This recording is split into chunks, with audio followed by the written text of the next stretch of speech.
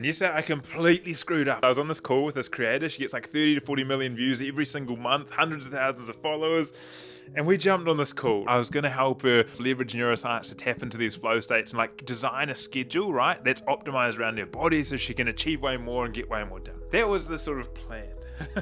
And going into the call, I was real nervous because I was like, she had sort of been like, hey, I just love what you're doing. Like, I want to be part of it. Like, I'd love to have a session sort of thing. So we jumped on this call and I didn't really have this plan. I was like, okay, well, I don't know. She seems to have her content stuff pretty down. I don't know, right?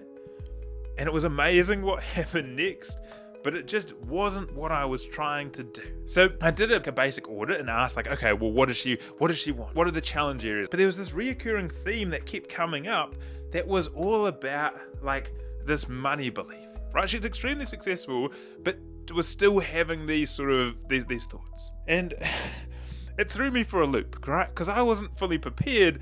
Okay, and so this call's taking a slightly different turn than I intended, but I want to, this hopefully will be helpful. However, within 5 minutes, we'd completely shattered this belief around money.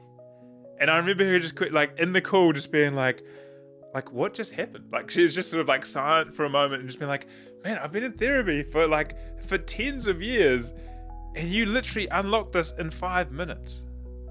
Like, and it just took a completely different turn. It made me question of like, what was the whole point of getting my performance neuroscience certification to be able to like tap into these flow states and all that sort of stuff when like, actually, what a lot of creators and stuff they actually need is often just the clarity.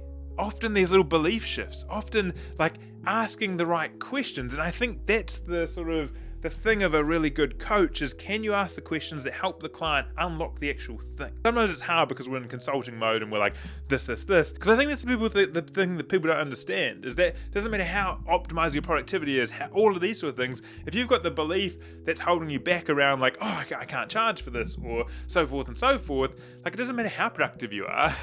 You're not going to get the result that you want. So it's often, we've got to work with these beliefs. We've got to do the underlying things. And I was so grateful that I'd done the 2 years of sort of like coaching beforehand.